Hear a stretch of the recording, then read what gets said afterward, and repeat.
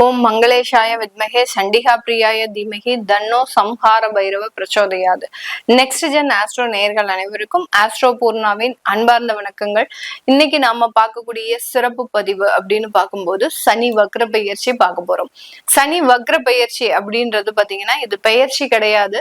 சனி பகவான் தன்னுடைய நிலையிலிருந்து இயல்பு நிலையிலிருந்து வக்ர தன்மைக்கு போகக்கூடிய ஒரு அமைப்பு தான் இந்த சனியினுடைய வக்ரத்தன்மை. இது எத்தனை மாதங்களுக்கு இருக்கு அப்படின்னு பார்த்தோம்னா 27ஆம் தேதி ஜூலை மாதம் வக்ரத்தன்மை அடையக்கூடிய அந்த சனி பகவான் 12ஆம் மாதம் அதாவது டிசம்பர் மாதம் 11ஆம் தேதி வரைக்கும் அந்த வக்ரத்தன்மையோட இருக்க போறார். தமிழ் மாத கணக்கிற்கு ஆடி மாதத்துல ஆரம்பிச்சு கார்த்திகை மாதம் வரைக்கும் இருக்க போகுது. கிட்டத்தட்ட ஒரு 4 மாதங்களுக்கு இந்த சனியினுடைய வக்ரத்தன்மை என மாதிரியாக செயல்பட போகுது. இந்த இடத்துல ஒவ்வொரு ராசி என்பர்களும் என்னென்ன ஒரு மாற்றத்தை அடைய போறீங்க, உங்களுக்கு சில டிப்ஸ், அதாவது நீங்க என்ன செஞ்சா இந்த வக்ரத்தன்மையில உங்களுக்கு அந்த மாற்றங்கள் நல்ல ஒரு விதத்தை கொடுக்கும். ஏன்னா ஒவ்வொருத்தருக்குமே பாத்தீங்கன்னா சனி வெவ்வேறு விதமாக செயல்படக்கூடிய ஒரு தன்மை.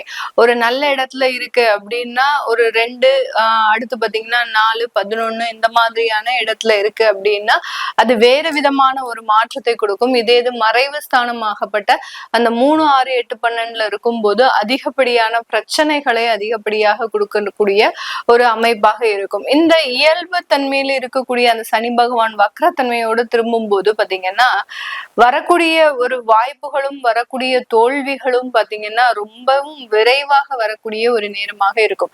ஏன்னா சனி ஒரு குளிர்ந்த கிரகம், அதனுடைய இயல்பு தன்மையை மெதுவாக நகரக்கூடிய ஒரு அமைப்பு தான்.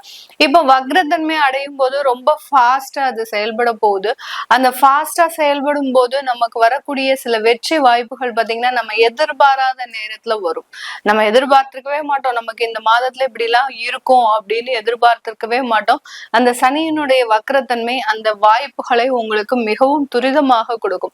அதே சமயம் ஏதாவது ஒரு பிரச்சனைகள் உங்களுக்கு ஜாதக ரீதியாக இருக்கு அப்படின்னா இந்த டயத்துல பாத்தீங்கன்னா நீங்க எதிர்பார்க்காத நேரத்துல அவமானங்கள், தேவையில்லாத கோர்ட்டு கேஸ் வழக்குகள் இது எல்லாத்தையுமே சட்டுன்னு கொடுத்துட்டு போயிடுவார். நீங்க அந்த பிரச்சனையை ஆராய்ந்து பாக்குறதுக்குள்ள அதனுடைய பாதிப்புகள் அப்படின்றது மிகுந்த ஒரு மனவேதனையை கொடுக்கக்கூடிய ஒரு தன்மையாக இருக்கும். அதனாலதான் யாரு நம்ம ஒரு மொழி வழக்குல சொல்லுவோம் அவன் சனி மாதிரி நம்மளுக்கு பிரச்சனையை கொடுக்குறான் அப்படின்ற மாதிரி சொல்லுவோம். அதனால அந்த சனியினுடைய தன்மை பாத்தீங்கன்னா ரொம்ப வலி வேதனை அடுத்த ஒரு ஜெனரேஷனுக்கு போகக்கூடிய அளவிற்கு அதனுடைய தன்மை இருக்கும். ஏன்னா கர்மகாரகன், நீங்க செய்யக்கூடிய ஒவ்வொரு விஷயங்களுக்கும் எதிர் வினைகள் அப்படின்றது இந்த சனி பகவான் மூலமாக வரப்போகுது.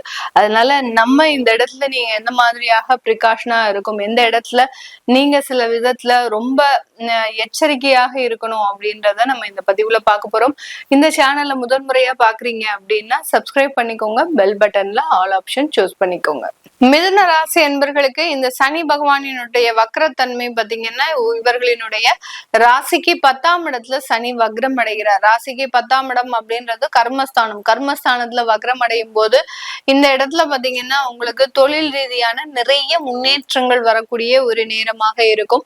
வேலை ரீதியான நிறைய வளர்ச்சிகளும் இருக்கக்கூடிய ஒரு நேரம். மிதுனராசி என்பர்கள் இப்பதான் ஒரு 2 மாத காலமா ஜூன்ல இருந்து கொஞ்சம் கொஞ்சமா ரிலீவ் ஆயிட்டு வராங்க. நிறைய ஸ்ட்ரெஸ், அந்த ஸ்ட்ரெஸ்ல இருந்து எங்கேயாவது தப்பிச்சு போனா போறோம் அப்படின்ற மாதிரியான சில இடத்துல இருக்கிறாங்க இந்த மிதுனராசி என்பர்கள்.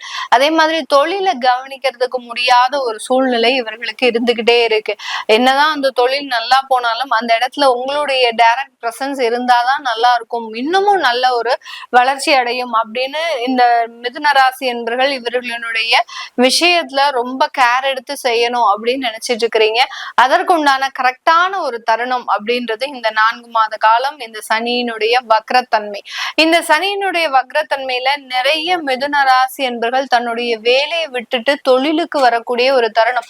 இது நீங்க நம்புறீங்களோ நம்பலையோ அது எனக்கு தெரியாது. ஆனா மிதுன ராசி என்பர்கள் 50% பேர் வேலையை விட்டுட்டு தொழிலுக்காக வர வரக்கூடிய ஒரு தருணமாக தான் இருக்கும். ஏன்னா இப்போ உங்களுக்கு தொழிலினுடைய ஆசை அப்படின்றது அதிகரிக்கக்கூடிய ஒரு தருணம். ஏன்னா இவர்களுக்கு ஒரு ஃபுல் கான்பிடென்ட் இருக்கும். இந்த ராசியினுடைய அதிபதி புதன் நிறைய டெக்னாலஜி டெவலப்மெண்ட், நிறைய டெக்னாலஜி நாலேஜ் இது எல்லாத்தையுமே வச்சிருப்பாங்க. அந்த நாலேஜை வச்சு நம்ம எப்படியாவது ஏதாவது ஒண்ணு செஞ்சிடணும் அப்படின்னு கடந்த ஒரு 6 மாதத்திற்கு மேலாக அதற்கு முயற்சி பண்ணிட்டு இருக்கிறாங்க. எல்லாமே சக்சஸ்ஃபுல்லா ஆகி வந்துட்டு இருக்கிற மாதிரி இருக்கு. ஆனா கைகூட மாட்டேங்குது அப்படின்ற மாதிரியாக இருக்கும். இதுல நிறைய பேருக்கு இந்த சனி வக்ரத்தன்மை அடையக்கூடிய காலத்துல 27ஆம் தேதி ஜூலை மாதத்துல இருந்து பாத்தீங்கன்னா நிறைய பேருக்கு நிறைய பாசிட்டிவான விஷயங்கள் தொழில் ரீதியாக நடக்க போகுது. இதனால அந்த வேலையில மிகப்பெரிய அளவுக்கு பிடிப்பு இல்லாமல் தன்னுடைய சுய வாழ்க்கையை அந்த தொழிலை பாக்குறதுக்கு உண்டான ஒரு நேரமாக தான் இந்த மிதுன ராசி என்பர்களுக்கு இருக்கும். இது ஒரு மிகப்பெரிய ஒரு மாற்றம். இந்த மாற்றத்துல பாத்தீங்கன்னா உங்களுக்கு ஜாதகம் நல்லா இருந்தது அப்படின்னா நீங்க தான் வின் பண்ணக்கூடிய ஒரு காலகட்டமாக இருக்கும். ஏன்னா சனி பகவான் 10ல ஒரு பாவி அப்படின்னு சொல்லணும். அந்த சொல்லுவாங்க ஜோதிட ரீதியாக. அந்த 10ல ஒரு பாவி அதுவும் சனியாகவே இருக்கும்போது மிகப்பெரிய ஒரு தொழில் மாற்றத்தை இந்த மிதுன ராசி என்பர்கள் கண்டிப்பாக அனுபவித்தே தீர வேண்டிய ஒரு சூழ்நிலையில இருக்கிறீங்க. இதே இடத்துல அரசாங்க உத்தியோகத்துல இருக்கக்கூடியவர்கள் மிதுன ராசி என்பர்கள் நிறைய பேர் பாத்தீங்கன்னா வெளிநாட்டிலயும் சரி தன்னுடைய சொந்த ஊர்லயும் சரி அரசாங்க உத்தியோகத்துல இருக்கிறீங்க அப்படின்னா அந்த அரசாங்கம் உங்களுக்கு உண்டான சில சலுகைகளை 100% கொடுத்தே தீர வேண்டிய ஒரு கட்டாய சூழ்நிலையில இருப்பாங்க. ஏன்னா இந்த இடத்துல நம்ம அந்த பலன்களை வேறு விதமாக மாற்றி சொல்லக்கூடாது. உங்களுக்கு அரசாங்க உத்தியோகத்துல நிறைய வளர்ச்சிகள் இருக்கும் அப்படின்றத விட இந்த மிதுன ராசி என்பவர்களுக்கு அரசாங்க உத்தியோகத்துல இருக்கக்கூடிய சலுகைகள் தான் நம்ம முக்கியமா சொல்ல வேணும். அந்த சலுகைகள் கொடுக்க வேண்டிய ஒரு கட்டாய சூழ்நிலையில இந்த அரசாங்கம் செயல்படும் அப்படின்ற மாதிரியாக இந்த மிதுன ராசி என்பவர்களுக்கு அவர்களினுடைய வளர்ச்சிகள் அப்படின்றது ஒரு நிலையாக ஒரு வளர்ச்சியாக இருக்கணும். அந்த நிலையான வளர்ச்சி தான், அதாவது ஸ்லோ அண்ட் ஸ்டெடியான ஒரு டெவலப்மெண்ட் தான் ஒருவருடைய வாழ்க்கையில முக்கியமான ஒரு தருணத்திற்கு கொடுக்கும். அதுல இந்த மிதுன ராசி என்பவர்கள் 100% அமைப்பு வாய்ந்தவர்கள். ஏன்னா தன்னுடைய 45 வயது வரைக்கும் எந்த விதமான ஒரு ஆசைக்கும் எந்த விதமான ஒரு வாழ்க்கையினுடைய பொருளாதார வளர்ச்சிக்கும் ஆளாகாதவர்கள் இனி வரக்கூடிய காலங்கள்ல தன்னுடைய வளர்ச்சிக்கு மட்டுமே இடம் கொடுக்கக்கூடிய ஒரு நபர்களாக தான் இருக்க போறாங்க. இந்த இடத்துல இந்த மிதுன ராசி என்பவர்கள் தன்னுடைய குழந்தைகள் மீது அதிகப்படியான ஒரு அக்கறை வாய்ந்த ஒரு நபர்களாக தான் இருப்பாங்க. ஏன்னா 10ஆம் பார்வையாக சனி பகவான் 10ஆம் பார்வையாக உங்களுடைய 7ஆம் இடத்தையும் பார்க்கிறார். அடுத்து பாத்தீங்கன்னா உங்களுடைய 10ஆம் இடத்திலேயே இருக்கிறார். அடுத்து உங்களுடைய 4ஆம் இடத்தையும் பார்க்கிறார். அந்த 4ஆம் இடம் அப்படின்றது சுகஸ்தானம். அடுத்து பாத்தீங்கன்னா சொத்துக்களை குறிக்கக்கூடிய ஒரு அமைப்பு. இந்த இடத்துல இந்த மிதுன ராசி என்பவர்கள் தன்னுடைய குழந்தைகளுக்காக ஒரு வீடு கட்டணும், தன்னுடைய குழந்தைகளுக்காக அடுத்த ஒரு ஜெனரேஷனுக்காக நல்ல ஒரு சேவிங்ஸ சேர்த்து வைக்கணும் அப்படின்ற மாதிரியான ஒரு நிலைப்பாட்டிற்கு வரக்கூடிய ஒரு நேரமாக தான் இந்த மிதுன ராசி என்பவர்களுக்கு இருக்கும். அதனால நிறைய சொத்துக்கள் வாங்க போறீங்க, நிறைய ஒரு மாற்றங்கள் வரப்போகுது, நிறைய வளர்ச்சிகளை அடைவதற்குண்டான ஒரு நேரமாக தான் இருக்கும்.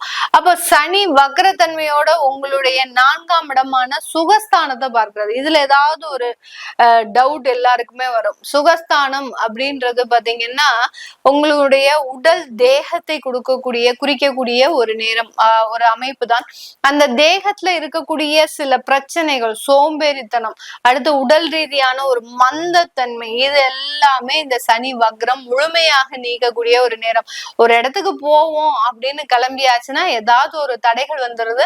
அப்புறம் அந்த இடத்துக்கு போகிறதுக்கு உண்டான ஒரு ஆசையே மறைந்து போயிருது அப்படின்ற மாதிரியாக இந்த மிதுன ராசி என்பவர்கள் இருப்பாங்க. இந்த 4 மாதத்துல பாத்தீங்கன்னா பிளான் போட்டபடி செயல்படக்கூடிய ஒரு அமைப்பு.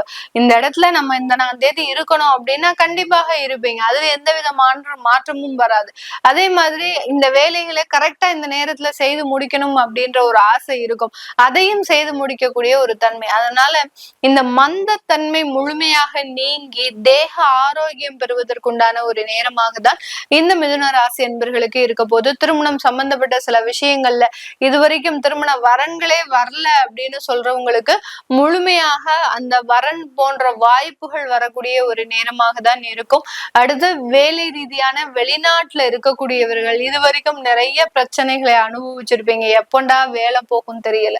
அந்த வேலை போனாலும் அடுத்து நான் கமிட்மெண்ட்டுக்கு என்ன செய்ய போறேன், என்னுடைய குடும்பத்தை விட்டு நான் தனியா இருக்கிறேன். குடும்பத்துல இருக்கக்கூடிய நபர்கள் ஒவ்வொருத்தரும் என்ன எதுவாவது பேசிக்கிட்டே இருக்கிறாங்க. ஒரு மைண்ட் டென்ஷனாவே இருக்கு. எப்ப பார்த்தாலும் ஒரு டிப்ரெஷன், தேவையில்லாத சண்டை சச்சரவுகள் இப்படியே போயிட்டு இருக்கு மேடம் காலம். இதெல்லாம் எப்பதான் நிவர்த்தி ஆகும்? கண்டிப்பாக இந்த 4 மாத காலகட்டத்துல இந்த மிதுன ராசி என்பர்கள் இந்த மாதிரியான ஸ்ட்ரெஸ்ல இருந்தெல்லாம் வெளிவரக்கூடிய ஒரு நேரமாக தான் இருக்க போகுது.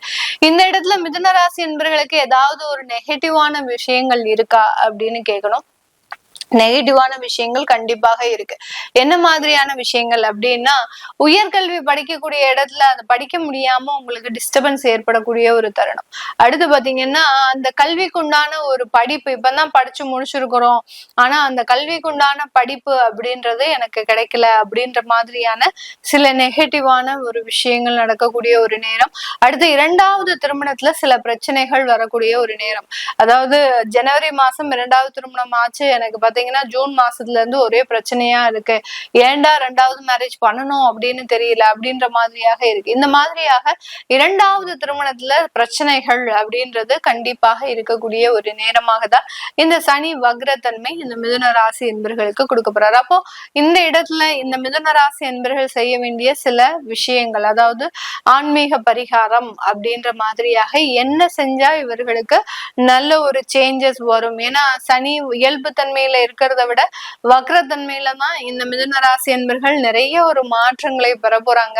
அப்படி இருக்கக்கூடிய இடத்துல இவர்களுக்கு என்ன செய்தால் நம்மளுக்கு நல்ல ஒரு சேஞ்சஸ் வரும் அப்படின்னு கேட்டீங்கன்னா, இந்த மிதுன ராசி என்பர்கள் பெருமாள் கோயிலாக போறீங்க, பெருமாள் கோயிலுக்கு போறீங்க அப்படின்னா அங்க இருக்கக்கூடிய கருடாழ்வாரை பிரார்த்தனை பண்ணுங்க.